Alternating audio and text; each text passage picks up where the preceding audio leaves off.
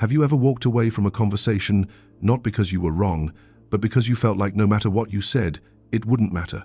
Like the louder they got, the more invisible your logic became, and somehow, even when you were right, you still felt like you lost. What if the thing you think is your weakness, your silence, your restraint, your refusal to argue, is actually your greatest strength? Because here's what most people don't realize. Power is not in the volume of your voice, it is in the control of your mind, and that changes everything. Most people believe that the one who wins an argument is the one who dominates it, the one who interrupts faster, the one who speaks louder, the one who pushes harder. But if you look closely, those people are not in control, they are reacting, they are driven by impulse, by ego, by the need to be right. But you hesitate before reacting, you pause, you think, you feel the tension, but you don't let it take over you. And that's why you feel different, because this is not weakness, this is strength. You are not like most people. While others lose themselves in the heat of the moment, you are learning to stay grounded inside it. And that ability, to remain calm when everything around you is chaotic, is one of the rarest forms of power. Marcus Aurelius once wrote that you have power over your mind, not outside events, and when you truly understand this, you stop trying to control others and start mastering yourself. But here's what most people don't realize. When you control yourself, you control the situation. Think about it. Imagine someone raising their voice at you, their tone sharp, their words aggressive, their goal, to overwhelm you. Most people react instantly. They match the energy, they fight fire with fire, but you don't move, you don't rush, you don't react, you simply observe. And then, with calm precision, you say, I don't need to raise my voice to be right. And in that moment, something shifts. Because you didn't resist, you redirected, you didn't escalate, you elevated. Most people argue to win, but you respond to lead. And that's why you feel different, because you are not trying to overpower the conversation, you are reshaping it. This is where everything changes, because once you understand that arguments are not about winning, but about guiding, you stop wasting energy trying to prove yourself and start choosing how the interaction unfolds. Most people don't even realize they're being led. They think control looks like force, but real control is invisible. It's the ability to stay composed when others lose it. It's the ability to speak less, but say more. It's the ability to shift the entire dynamic with a single sentence. And this is where communication becomes power, because intelligent communication is not about saying more, it's about saying exactly what needs to be said, and nothing more. Imagine this: someone throws a sarcastic comment at you, a subtle insult, a disrespect hidden behind a smile. Most people react emotionally. They defend themselves, they attack back, but you don't take the bait. You hold your ground, and you say, the way you speak says more about you than it does about me. No anger, no aggression, just truth. And suddenly, the attention shifts, because instead of you defending yourself, they are forced to face themselves. This is not weakness, this is strength. Because you are not absorbing their negativity, you are reflecting it, like a mirror, clean, silent, unbreakable. And that's why you feel different, because you don't react, you reveal. Epictetus taught that it's not what happens to you, but how you respond to it, that defines you. And in moments like this, your response becomes your identity. But here's what most people don't realize. Not every conversation deserves your presence. Some conversations are not meant to be solved. They are meant to be left. Imagine being in a discussion where the other person keeps interrupting you. They don't listen.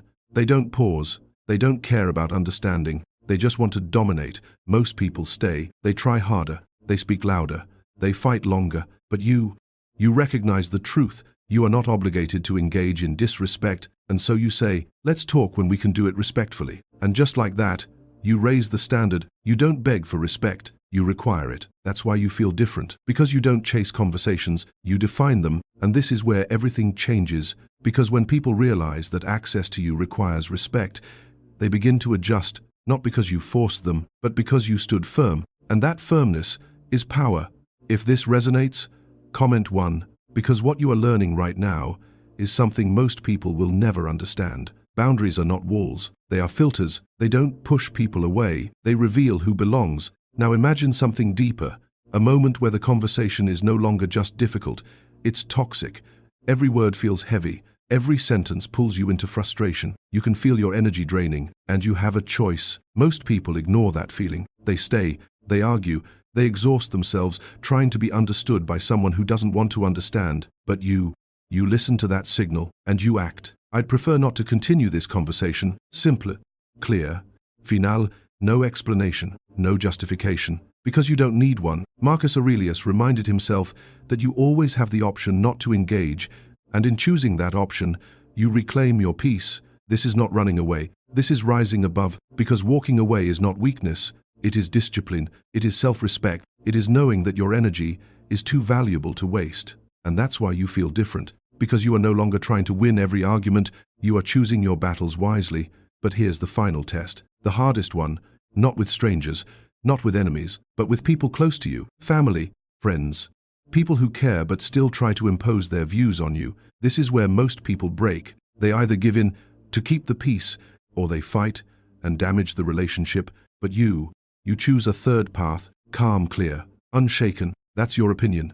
I respect it, but I don't share it. You acknowledge them without losing yourself. You listen without surrendering your identity, and that is rare. Because most people confuse agreement with harmony, but true harmony comes from mutual respect, not forced alignment. Seneca said that the worst kind of slavery is being dependent on the opinions of others, and when you respond like this, you break free from that invisible prison. This is not weakness, this is strength. Because you are no longer seeking approval, you are expressing truth. And that's why you feel different. Because you are no longer shaped by the room, you shape the room. But here's what most people don't realize. When you consistently show this level of control, people notice, they feel it, they may not understand it, but they respect it. Because in a world where everyone reacts, the one who responds stands out. And this is where everything comes together. Self-control is not just a skill, it is identity. It is the foundation of everything you are becoming. Because when you control your emotions, you control your actions. When you control your actions, you control your outcomes. And when you control your outcomes, you control your life. That is the Stoic path.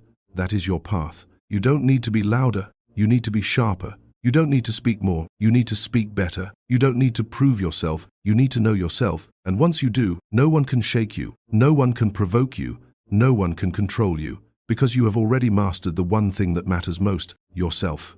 If you feel this, comment 1. Because you are stepping into a level of awareness that separates you from the majority. You are not like most people. You were never meant to be. You are calm in chaos, clear in confusion, strong in silence, and that is your power. Remember these 5 responses, not as phrases, but as principles. I don't need to raise my voice to be right. The way you speak says more about you than it does about me. Let's talk when we can do it respectfully. I'd prefer not to continue this conversation. That's your opinion. I respect it, but I don't share it. Use them not to silence others, but to elevate yourself, because true power is not in controlling others. It is in never losing control of yourself. You are not alone. You are different, and that difference is your greatest strength. Subscribe if you want more.